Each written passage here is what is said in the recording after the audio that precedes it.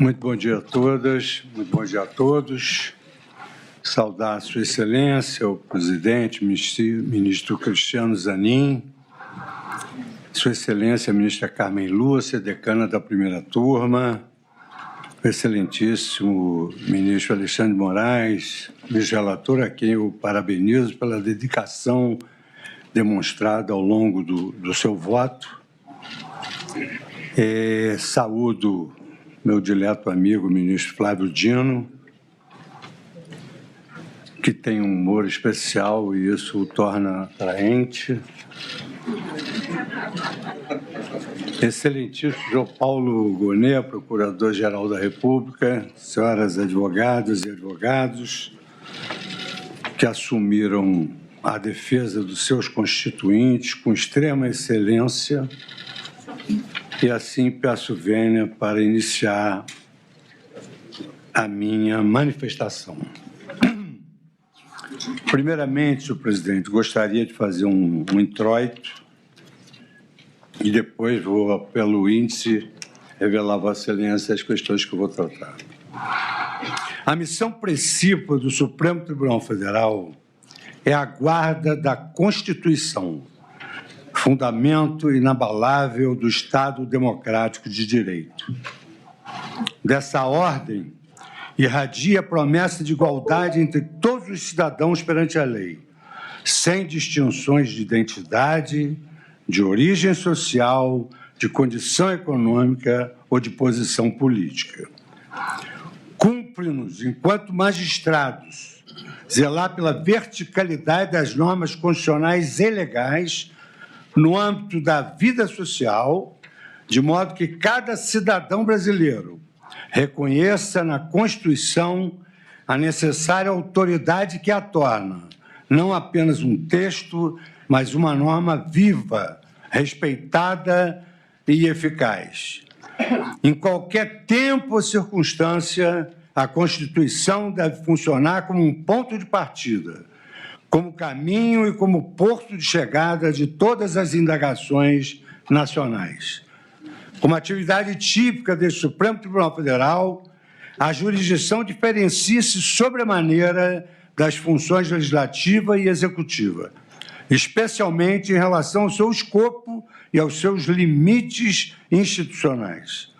Ao contrário do Poder Legislativo e do Poder Executivo, não compete ao Supremo Tribunal Federal realizar um juízo político do que é bom ou ruim, conveniente ou inconveniente, apropriado ou inapropriado. Ao revés, compete a este tribunal afirmar o que é constitucional ou inconstitucional, legal ou ilegal, invariavelmente sob a perspectiva da Carta de 1988 e das leis brasileiras. Trata-se de missão que exige objetividade, rigor técnico e minimalismo interpretativo, a fim de não se confundir o papel do julgador com o do agente político.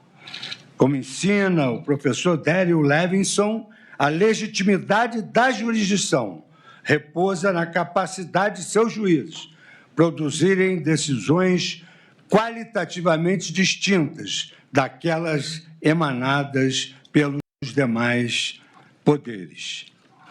Os pressupostos da independência e da harmonia entre os poderes consiste precisamente no fato de cada um deles desenvolveu, ao longo do tempo, distintas capacidades institucionais. Com a mesma cautela e responsabilidade que orientam a jurisdição constitucional, deve também o Poder Judiciário exercer sua atuação de igual maneira na esfera criminal. A Constituição da República, ao mesmo tempo que confere a este Supremo Tribunal Federal a posição de guardião da ordem constitucional, delimita de forma precisa e restrita as hipóteses em que nos cabe atuar originariamente no processo penal, como se depreende do seu artigo 102 da Constituição Federal. Trata-se, portanto, de competência excepcionalíssima, Quando o Estado a exercer tal atribuição, o Supremo aproxima-se, em essência, da nobre rotina desempenhada pelos juízes criminais de todo o país. Passamos, então, a realizar não apenas o papel de intérpretes da Constituição, mas também de condutores de um processo judicial que tem por finalidade maior assegurar a cada réu a plenitude do contraditório e da ampla defesa. Essa função revela a unidade da jurisdição, seja no mais distante juízo de primeira instância, seja na mais alta corte do país. Todos os princípios que regem o processo penal são os mesmos em primeira instância e na instância superior, e encontram a sua razão de ser na dignidade humana e na busca pela verdade judicial. Assim, cada ato processual praticado nesta instância suprema deve refletir não apenas a autoridade institucional da Corte, mas, igualmente, o compromisso ético do julgador com a justiça concreta do caso, reafirmando, diante da sociedade, que a Constituição vale para todos e protege a todos, inclusive e sobretudo no campo sensível da jurisdição criminal. A persecução penal destina-se, assim, a reconstruir fatos que potencialmente se enquadram como crimes em sua feição típica, antijurídica e culpável. O Ministério Público, como titular da ação penal, tem o primeiro ônus de produzir evidências diretas e indiretas que corroborem ou infirmem as hipóteses acusatórias. Para tanto, atua proativamente, com o intuito de transformar a narrativa acusatória em conclusões probabilísticas, acima de qualquer dúvida razoável. Trata-se de tarefa que exige significativo rigor analítico. Afinal, cada elemento de prova, cada detalhe reconstituído, pode alterar o mosaico de hipóteses sobre personagens e condutas, exigindo-se da acusação que apresente uma narrativa lógica, temporal e subjetivamente coerente. O juiz, por sua vez, deve acompanhar a ação penal com distanciamento, não apenas por não dispor de competência investigativa ou acusatória, como também por seu necessário dever de imparcialidade. A despeito dessa limitação, o juiz exerce dois papéis essenciais à jurisdição criminal. Primeiro, funciona como um controlador da regularidade da ação penal, contribuindo para que ela se desenrole nos limites dos direitos e garantias constitucionais e legais. Segundo, é o juiz quem tem a palavra final sobre a justa correspondência entre fatos e provas. Ele é quem firma o juízo definitivo de certeza, distinguindo entre as hipóteses acusatórias e aquelas que se encontram amparadas por evidências concretas. Por isso mesmo, a independência do juiz criminal alicerça-se na racionalidade do seu mistério, afastada do clamor social e político dos processos judiciais. Aqui reside a maior responsabilidade da magistratura: ter firmeza para condenar quando houver certeza e, o mais importante, ter humildade para absolver quando houver dúvida. Essa responsabilidade encontra amparo em doutrinas penais e processuais sedimentadas ao longo dos séculos, cujas regras e princípios trazem parâmetros indispensáveis para uma jurisdição racional, coerente e, sobretudo, justa. Como magistrado da mais alta corte do país, formadores de precedentes vinculantes às demais iniciativas e instâncias do Poder Judiciário, nós laboramos com a plena consciência de que devemos ser exemplo de jurisdição para os mais de 18 mil magistrados brasileiros. Não nos limitamos a decidir litígios isolados. Cada decisão do Supremo Tribunal Federal projeta-se para além das partes do processo, irradiando efeitos normativos e interpretativos que orientarão casos futuros a serem julgados por mais de 90 tribunais do Brasil. Somos, pois, paradigma de interpretação constitucional e farol de coerência jurídica para todo o sistema de justiça. Cada precedente aqui firmado torna-se do patrimônio público da nação, faz parte desse patrimônio, devendo assegurar estabilidade, previsibilidade e segurança à ordem jurídica constitucional.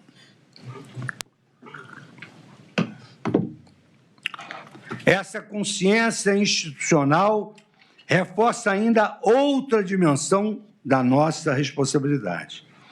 A de que o Supremo Tribunal Federal é, para além de cortes da justiça, a bússola de legitimidade constitucional de uma sociedade marcada pela pluralidade de ideias, valores e identidades, mas uma sociedade una em seu clamor por justiça.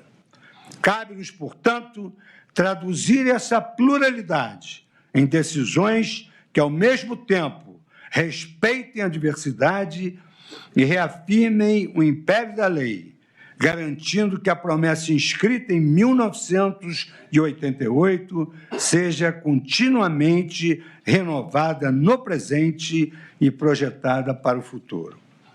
É exatamente, senhor presidente, imbuído dessas considerações filosóficas, as quais me acompanham e me guiam nas minhas mais de 4 décadas de judicatura, é que eu passo a análise dos exatos termos da ação penal, a iniciar pelas preliminares, sem antes destacar que, à semelhança de um juiz de primeira instância, analisarei os fatos, provas e consequente adequação física. Vale dizer, se os fatos correspondem a um tipo específico penal.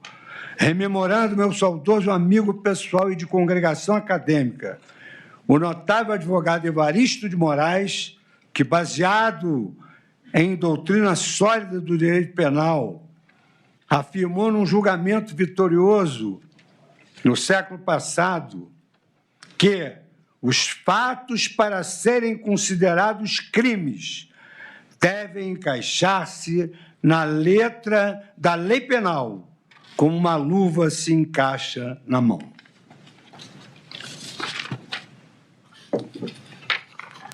Senhor presidente, seguindo aqui um sumário para que todos os colegas possam acompanhar, eu agora vou me manifestar por uma questão de coerência, porque a regra de supradireito em relação ao juiz e ao processo é que as suas decisões sejam coerentes. Eu vou me manifestar, é evidente que, resumidamente, sobre a primeira liminar de incompetência do Supremo Tribunal Federal e da competência do juízo de primeiro grau. Sinteticamente, o que eu vou me referir é que nós não estamos julgando pessoas com prerrogativa de foro. Estamos julgando pessoas que não têm prerrogativa de foro.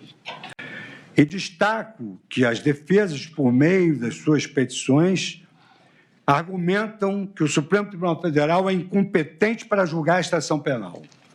O fundamento apontado é a ausência de autoridade com prerrogativa de foro entre os denunciados, consoante a regra claríssima do artigo 102, inciso 1º da Constituição da República. Compete ao Supremo Tribunal Federal, precipuamente, a guarda da Constituição, cabendo-lhe processar e julgar originariamente. E inciso 1º, a linha B, nas infrações penais comuns, o presidente da República, o vice-presidente, os membros do Congresso Nacional, seus próprios ministros e procurador-geral da República. É sabido que o primeiro pressuposto que um juiz deve observar antes de ingressar na análise da peça inicial, da denúncia ou de uma petição inicial é verificar se ele é competente. Isso é um pressuposto para o desenvolvimento regular do processo. Somente o juízo competente pode analisar uma ação penal início litis. E aqui, senhor presidente, saltando, porque eu vou juntar o voto, saltando várias lições, cito o professor Calamandrei, que leciona que a obediência à competência estrita da Constituição é um dos pilares do Estado de Direito. Só há jurisdição quando há competência, posto ser a competência um poder e a jurisdição o componente de correlação formal do seu exercício. Assim se pronunciou também o catedrático da Universidade de Roma, o criador do direito processual contemporâneo, Giuseppe Chioveno, em obra aqui citada, quando assenta que a competência em razão da pessoa, ela se estabelece na ratio da isonomia, da igualdade de todos e também levando em consideração a função pública. Por isso que a competência em razão da pessoa e da função que ele exerce é uma competência absoluta, mercê de a própria Constituição estabelecer uma competência constitucional excepcionalíssima que é inderrogável pela vontade das partes. Cito o criador da Escola Processual do Direito Brasileiro, Enrico Túlio Liban, incorporando, portanto, a sua lição no próprio Brasil, destacando que a incompetência ratione persone, ela é insuperável. Trago à colação o escolho do professor José Frederico Marques e também de José Carlos Barbosa Moreira, que foi um ícone do direito processual e que era um homem respeitado no mundo inteiro, exatamente porque tinha a autoridade da sua doutrina, tinha o argumento da autoridade que se refere a Perelman, que domina os auditórios. O tema de competência originária desta Corte, nos casos de prerrogativa de foro, sofreu inúmeras modificações. Inúmeras modificações. E aqui eu cito todas as modificações que essa competência sofreu e que houve uma certa banalização dessa interpretação constitucional personalíssima.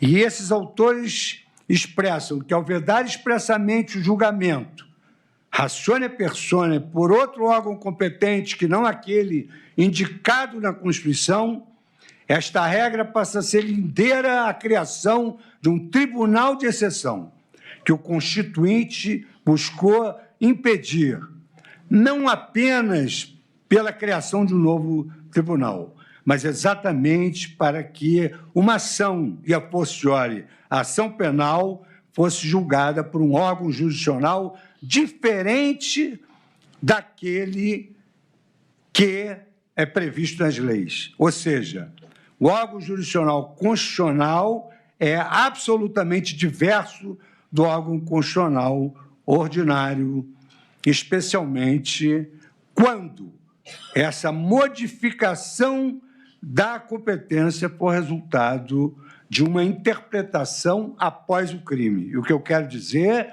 é que o Supremo Tribunal Federal mudou a competência depois da data dos crimes aqui muito bem apontados por Sua Excelência, o Procurador-Geral da República. Trago, procurador, como Vossa Excelência é um doutrinador de escola, as lições de Ferraioli, Karl Schwab e outros autores da sua preferência, E destaco, identifica-se assim que a competência absoluta ela não pode ser derrogada sob pena de infringir a garantia do juiz natural. E a garantia do juiz natural cumpre diversas funções no ordenamento brasileiro. Em primeiro lugar, ela assegura a imparcialidade do julgador, evitando que sua designação ocorra por finalidades menos ortodoxas. E ainda é reforço dessa Constituição a independência dos magistrados que não ficam sujeitos a ameaças de afastamento do caso, na hipótese de não seguir eventualmente a determinação de uma maioria ou de seus superiores. Com esta breve contextualização que avulta a densa correlação entre a relevância do cargo na República e a previsão do foro por prerrogativa, eu passo ainda a analisar essas modificações. E aí, senhor presidente, egrégia turma, eu venho desde 1964 com a edição da súmula 394, que estabeleceu essa competência, depois a modificação só quando a instrução já terminou. Enfim, trato aqui todas as hipóteses de competência e da modificação de competência. E cito a P568, da relatoria do ministro Barroso, onde ele destacou a incompetência, que era ratione persone, a competência funcional, que está em jogo, não se prorroga, porque não é relativa, é absoluta e funcional. Não podemos ir ao mérito para depois voltar à preliminar. E aqui eu destaco, senhor presidente, depois de analisar essas questões, que o Supremo Tribunal Federal já anulou um processo por inteiro por incompetência relativa, máximo quando se trata de incompetência absoluta e inderrogável pela vontade das partes. E aqui, então, cito que, de acordo com as premissas que eu adotei de forma coerente ao receber a denúncia, a interpretação restritiva da prerrogativa de foro, preconizada desde a questão de ordem na ação penal 937, é a mais correta. E essa visão é que se alinha ao princípio republicano, que veda o tratamento desigual sem justificativa constitucional. E relembro mais uma vez que presidentes da República já foram julgados no Supremo. Um presidente foi julgado pelo plenário e o outro presidente foi julgado em segunda instância. Passado o cargo, antes do término da instrução, a prerrogativa de foro deixaria de existir. Em caso, os réus deste processo, sem nenhuma prerrogativa de foro, perderam seus cargos muito antes do surgimento do atual entendimento. O atual entendimento é recentíssimo desse ano. A aplicação da tese mais recente para manter esta ação no Supremo, muito depois da prática de crimes, gera questionamentos não só sobre casuísmos, mas, mais do que isso, ofende o princípio do juiz natural e da segurança jurídica. E aqui, senhor presidente, eu faço uma digressão sobre segurança jurídica, cito acórdons, repiso que, sob esse ângulo, devemos relembrar que esta Corte anulou um processo com mais de uma centena de recursos por simples incompetência relativa de foro, e nós estamos diante de uma incompetência absoluta, que é impassível de ser desprezada como vício intrínseco ao processo. De sorte, presidente, que, mantendo a minha coerência que manifestei no recebimento da denúncia, ciente de que, naquela oportunidade, tratava-se de recebimento da denúncia, em que vigorava o princípio indubio pro societate, deixei para o julgamento a análise mais vertical dessas questões.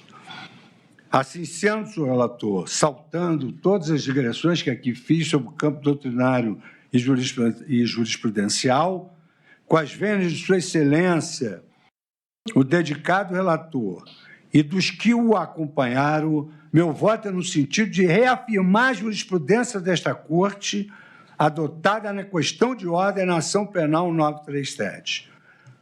Concluo, assim, pela incompetência absoluta do Supremo Tribunal Federal para o julgamento deste processo, na medida em que os denunciados já haviam perdido os seus cargos. E, como é sabido, em virtude da incompetência absoluta para o julgamento, impõe-se a declaração de nulidade de todos os atos decisórios praticados. De sorte, senhor presidente, que a minha primeira preliminar, ela anula o processo por incompetência absoluta. A segunda preliminar, senhor presidente, seguindo a ordem aqui do sumário, é a preliminar de incompetência da turma e a competência do plenário do Supremo Tribunal Federal. Aqui, senhor presidente, basicamente, eu repito os fundamentos anteriores, acrescentando que, a despeito de sucessivas emendas regimentais que versaram sobre a questão de qual órgão desta Corte pode julgar ações penais, a competência para o julgamento do presidente da República sempre foi e continua sendo do plenário da Casa. Dirão os senhores, é ex-presidente, mas está sendo julgado como tal, porque se é ex-presidente, deveria ir para o juízo de primeiro grau. Mas está sendo julgado como presidente, está sendo julgado como se presidente fosse, essa ação deveria se iniciar no pleno do Supremo Tribunal Federal. Sobre esse ponto, mercê da questão preliminar anterior que foi abordada e que eu reafirmo por uma questão de coerência, essa posição de que o presidente da República, se está sendo julgado como tal, deve ir para o plenário, é o corolário lógico da tese fixada pela diminuta maioria no julgamento da QO, diminuta maioria, no julgamento da QO no inquérito 4787. Finalizado, gostaria de fixar a data. Vamos analisar a data dos crimes, julgamento finalizado em 11 de março de 2025. Daí porque entendo prevalente, porque não foi modificada, a redação do artigo 5º do nosso regimento interno. Compete ao plenário processar e julgar originariamente, nos crimes comuns, o presidente da República e o vice-presidente da República, o presidente do Senado, o presidente da Câmara dos Deputados, os ministros do Supremo Tribunal Federal e o procurador-geral da República. Essa decisão de 2025 não alterou a emenda que é de 2023. Considerando a cronologia dos fatos supostamente executórios, a denúncia abarca o período de 29 de julho de 2028,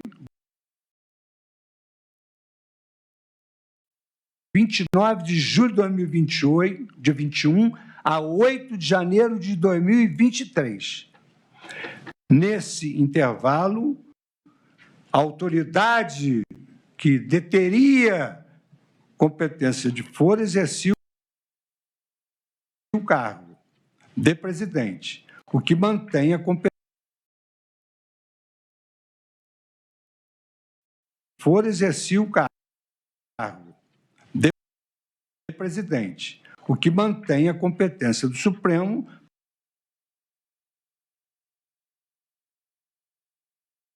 para o julgamento, mas, vencida a primeira preliminar, no próprio plenário do Supremo Tribunal Federal. Faço um histórico sobre a modificação das emendas. Destaco, não obstante as alterações regimentais, o artigo 5º do Regimento Interno sempre manteve a competência do plenário para o processo de julgamento do presidente da República em crimes comuns. Há uma razão fundamental para isso. O plenário do Supremo Tribunal, instância de deliberação mais importante da mais alta corte do Poder Judiciário brasileiro, bem como missão de julgar os ocupantes de cargos mais elevados e de maior relevância do país, influem na competência do plenário do Supremo Tribunal Federal.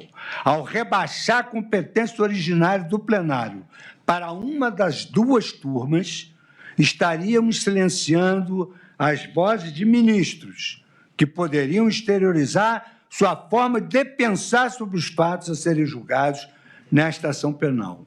E há um dado curioso. A Constituição Federal, em razão do número diminuto, somos 11 ministros, ela não se refere a turmas, ela se refere ao plenário. E seria realmente ideal que tudo fosse julgado pelo plenário do Supremo Tribunal Federal, com a racionalidade funcional que hoje nós temos por força dos nossos instrumentos digitais e de tecnologia e de inteligência artificial. Assim, partindo da premissa de que compete ao plenário o julgamento das ações penais contra alguém que está sendo julgado como presidente da República, e aqui, admitindo-se, isso é importantíssimo, o primeiro caso que foi julgado foi no plenário. O plenário do Supremo Tribunal Federal julgou o primeiro caso de uma pessoa, de um cidadão carente, no plenário do Supremo Tribunal Federal. Um homem sem qualquer prerrogativa de foro.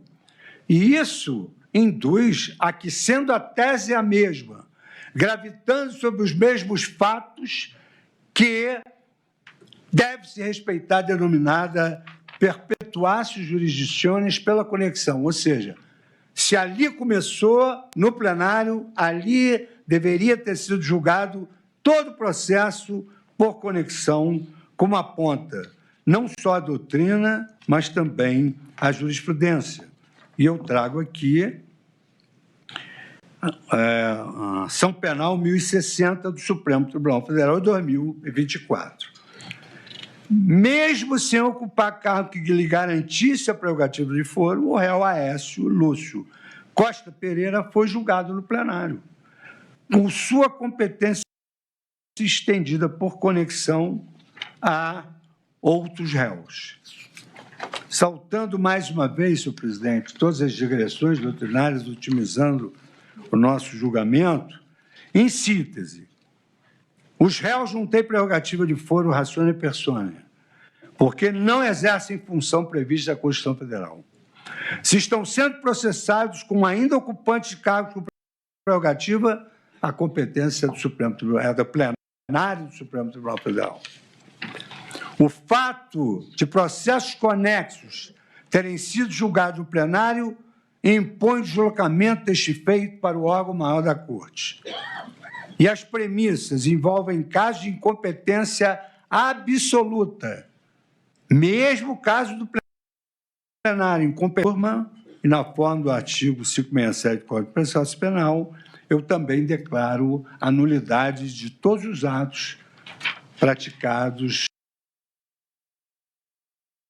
por este Supremo Tribunal Federal. É possível também que haja uma divergência, que são os atos decisórios. Então, se passaria o processo para o pleno e ele, então, decidiria essa questão relativa à incompetência. Aqui, senhor presidente, eu trago uma matéria que se refere a uma questão conhecível de ofício.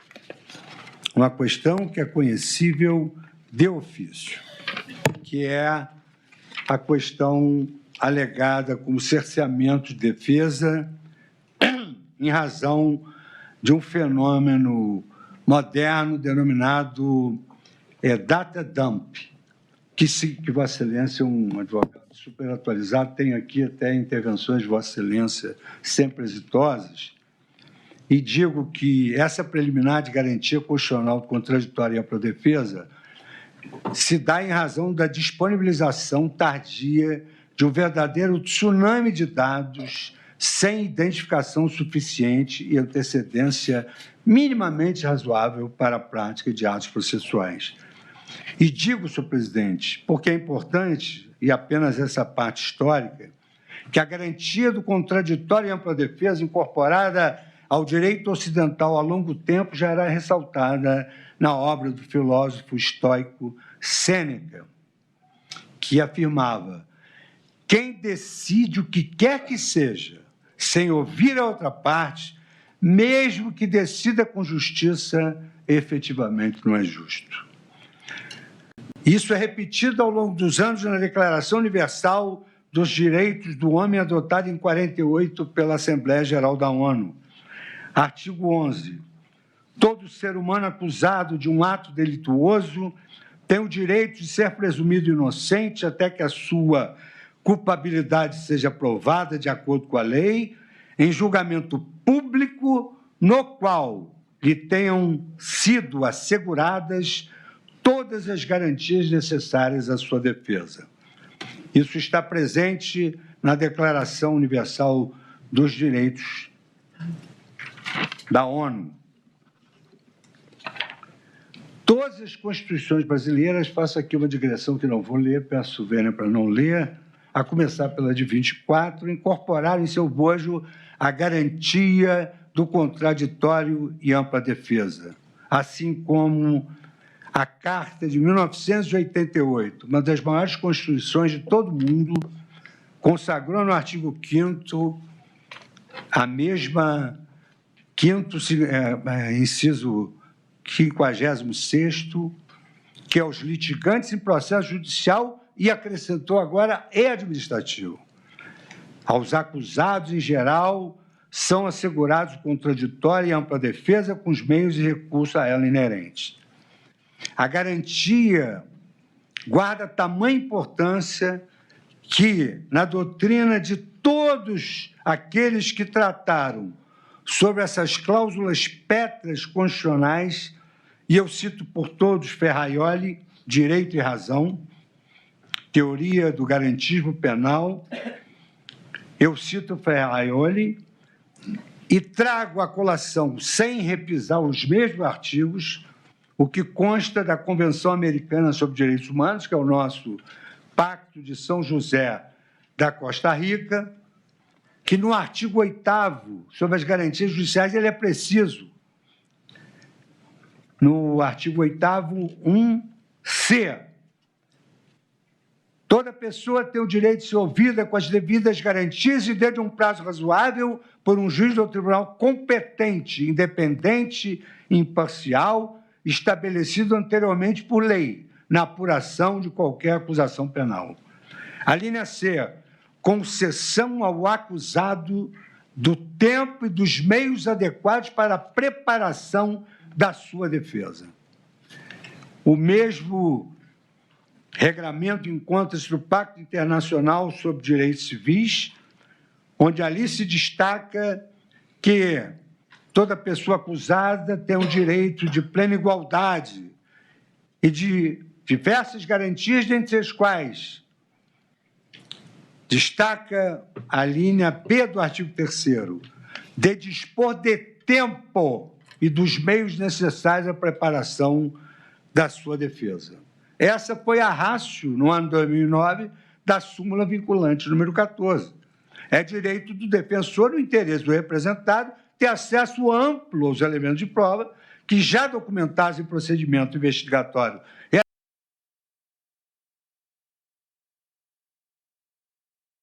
realizado pelo órgão com competência da Polícia Judiciária, digam respeito ao exercício do direito de defesa.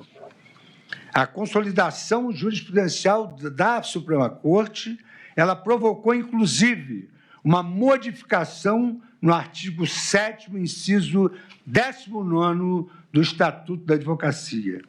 E foi à luz do Estatuto da Advocacia que o nosso perene decano, ministro Celso de Mello, na reclamação 37848, destacou: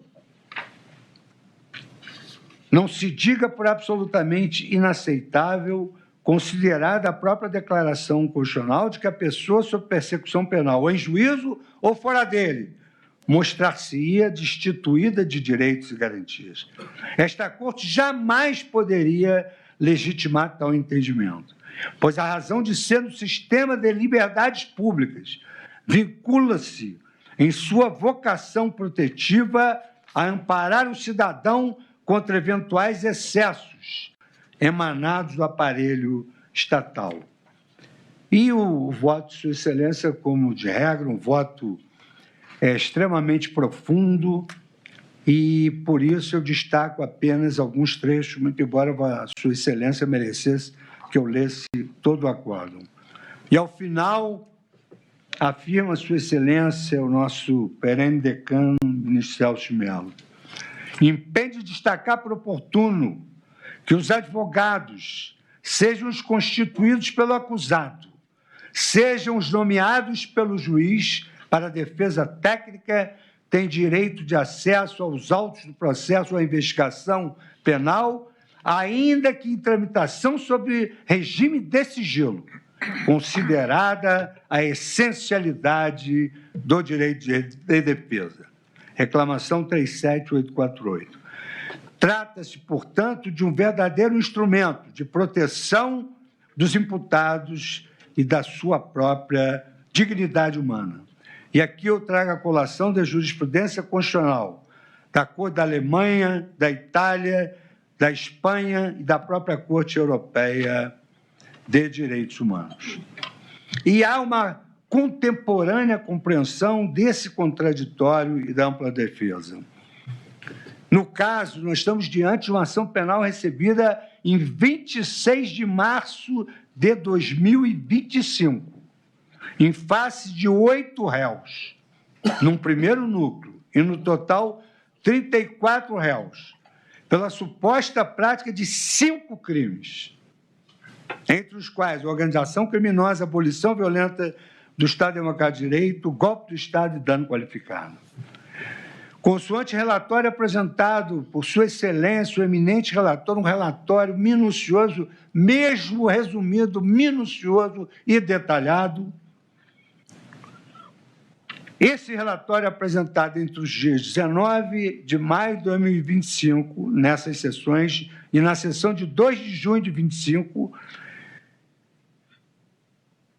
foram realizadas, segundo o relatório, a ouvida de 52 testemunhas, com um interrogatório de 8 réus, sendo realizado nos dias 9 de junho de 2025 e 10 de junho de 2025.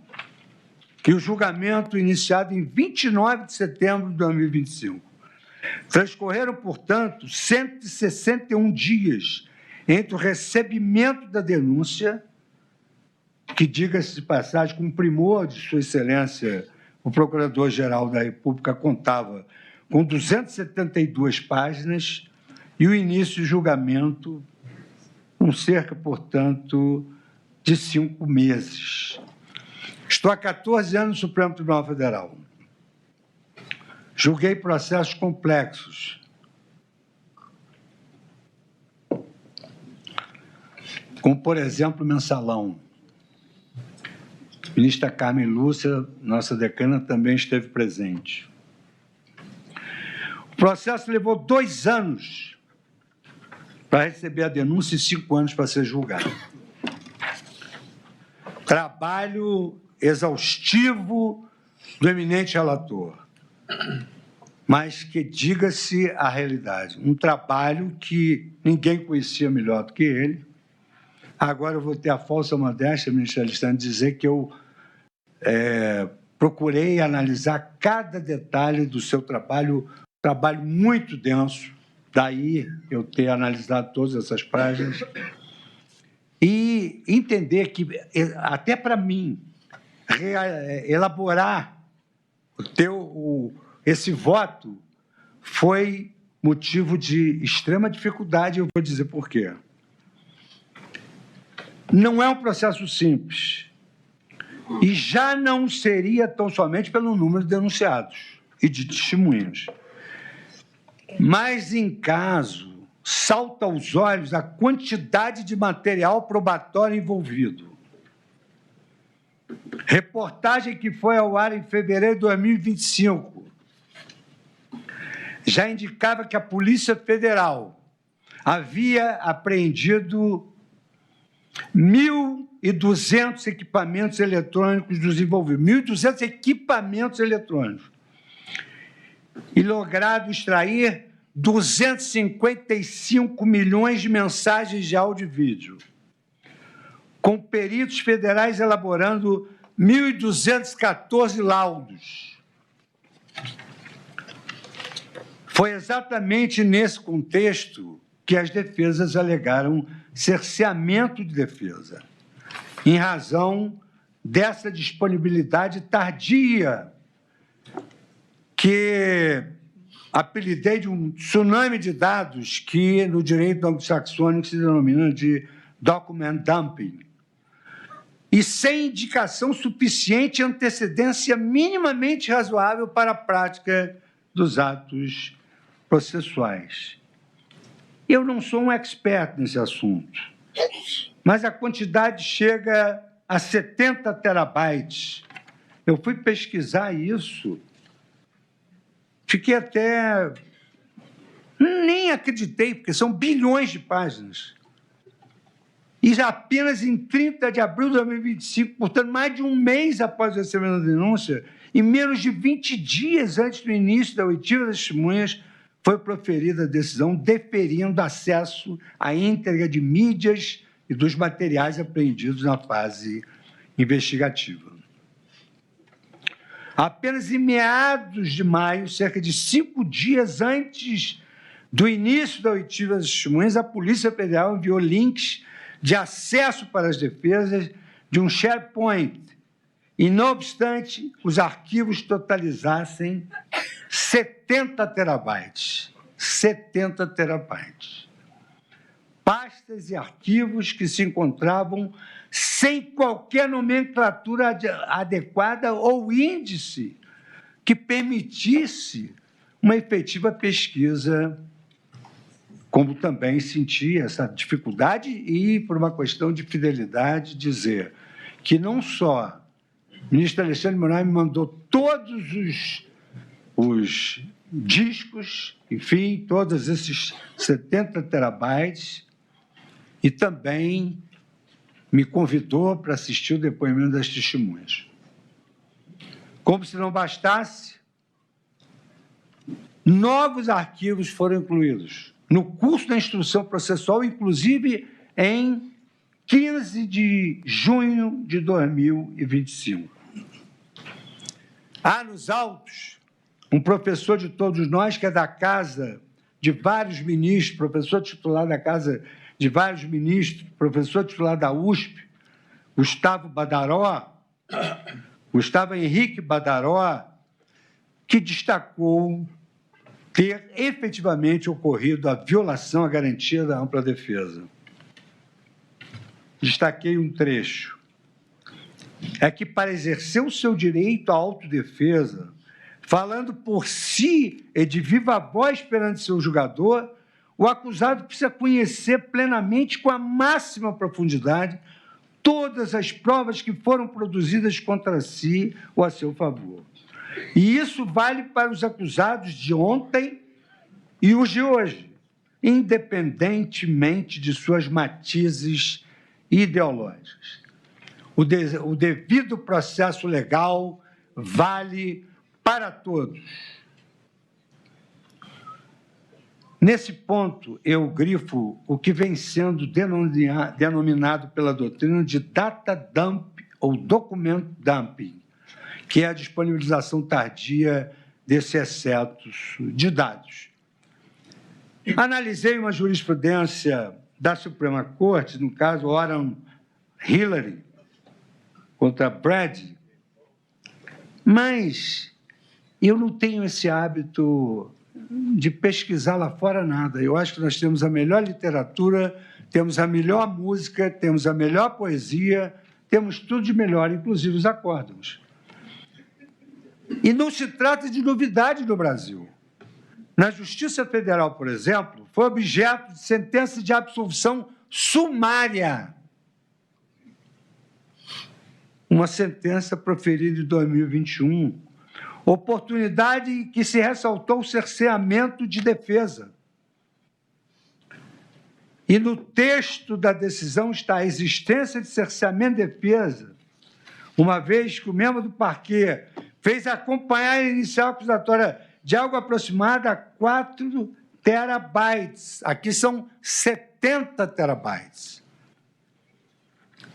A acusação de aproximadamente esse número de terabytes, os quais, malgrado tenha sido instado pelo juiz a fazê-lo, de juntar, jamais especificou, sequer dando condições aos réus até a data de hoje, de analisar o ID, e aqui cita o número. Esse procedimento evidencia, um só tempo, abuso do direito de acusar e ausência de justa causa para a acusação. Ação criminal 0001238 44/2018, 4 de janeiro, 3.400, sentença proferida em 5 de maio de 2021. No segundo grau, a sentença absolutória foi confirmada por unanimidade, contando ainda com parecer favorável do Ministério Público Federal, que reiterou a tese do cerceamento de defesa. Aqui, senhor presidente, eu também trago uma doutrina que vai ser anexada aos autos, está anexada aos autos, eu estou evitando me estender, do professor Oren Kerr, professor de Stanford, em que ele trata dessa questão do document dumping. E ainda, algumas décadas atrás, um processo com dezenas de volumes impressionaria. No entanto, não é nada comparado, por exemplo, com os dados envolvidos no presente caso concreto, uma vez que 70 terabytes poderia ser equiparado a muitos milhões ou até bilhões de páginas, sejam em texto puro, escaneado, chegando a bilhões, a depender da resolução ou número de caracteres. Faço ainda citação de casos julgados e destaco que, como no processo penal, o protagonismo da instrução processual incumbe às partes, torna-se imperativo que, antes da produção da prova oral, isto é, antes da inquirição das testemunhas e do interrogatório, a defesa já conheça todo o acervo probatório. Aliás, volto a repisar que isso não é algo estranho no nosso direito, e cito o inquérito 4244, agravo regimental, de 25/4/2017. Como Vossa Excelência pode verificar, eu estou evitando citar nomes dos colegas, acho desconfortável e deselegante. Evidentemente que um celular ou computador apreendido no bojo de uma investigação integram o material probatório. Mas com tantos dados, tantas mensagens, tantas fotos, tantas fotografias de páginas saltadas de documentos, podem até não ser interesse da acusação, mas são essenciais para a defesa. Porque a jurisprudência do Supremo Tribunal Federal, que Vossa Excelência conhece como ninguém, ministro Zanin, não compete à autoridade policial, ao Ministério Público ou mesmo ao juízo processante realizar um filtro seletivo do material probatório colhido, decidido unilateralmente pela autoridade policial, o que é ou o que não é pertinente à defesa. O acesso amplo está na ratio da súmula 14, que permite ao advogado o acesso à totalidade do acervo.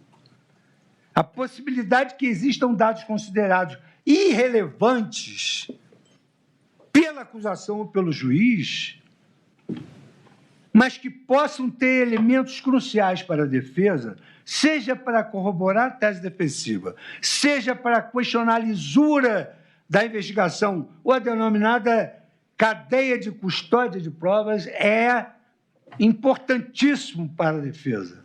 E há hoje doutrinas mais recentes que exatamente atacam esse ponto. O que pode ser indiferente para a acusação, o que pode ser indiferente para o juízo, pode não ser para a defesa. Ela, além dos fatos narrados na denúncia, é preciso que a defesa tenha também acesso a inúmeros dados. Veja-se, por exemplo, há pouco tempo foram inquiridas testemunhas cujos depoimentos influem na solução desse caso. Eu cito apenas, en passant, porque nós não estamos julgando esse réu. Um réu que depois que disse que ele elaborou uma minuta que tem sido objeto material da análise e da cognição da Corte. Então, voltando à questão de que nós temos jurisprudência tão mais moderna que a Suprema Corte Americana, que demora mais a julgar temas de desacordo moral da sociedade, e o Supremo é sempre Estado a decidir, porque o Parlamento não decide, que há desacordo moral lá e empurra-se tudo para o Supremo. Isso tem uma virtude, é que nós temos uma jurisprudência mais evoluída do que a da Suprema Corte. Aqui eu cito a reclamação 80.133, julgada em 4 de junho de 2025. Nesse julgado está, com todas as letras, a manutenção das audiências de instrução e julgamento para datas próximas, com início em 6 de junho de 2025, sem que a defesa seja franqueado o acesso integral ao material probatório e concedido prazo razoável para sua análise, configura manifesto cerceamento de defesa, comprometendo a paridade de armas e o devido processo legal. Reclamação 80.133. Trago também o habeas corpus 218.265 da relatoria da segunda turma, em 21 de fevereiro de 2024.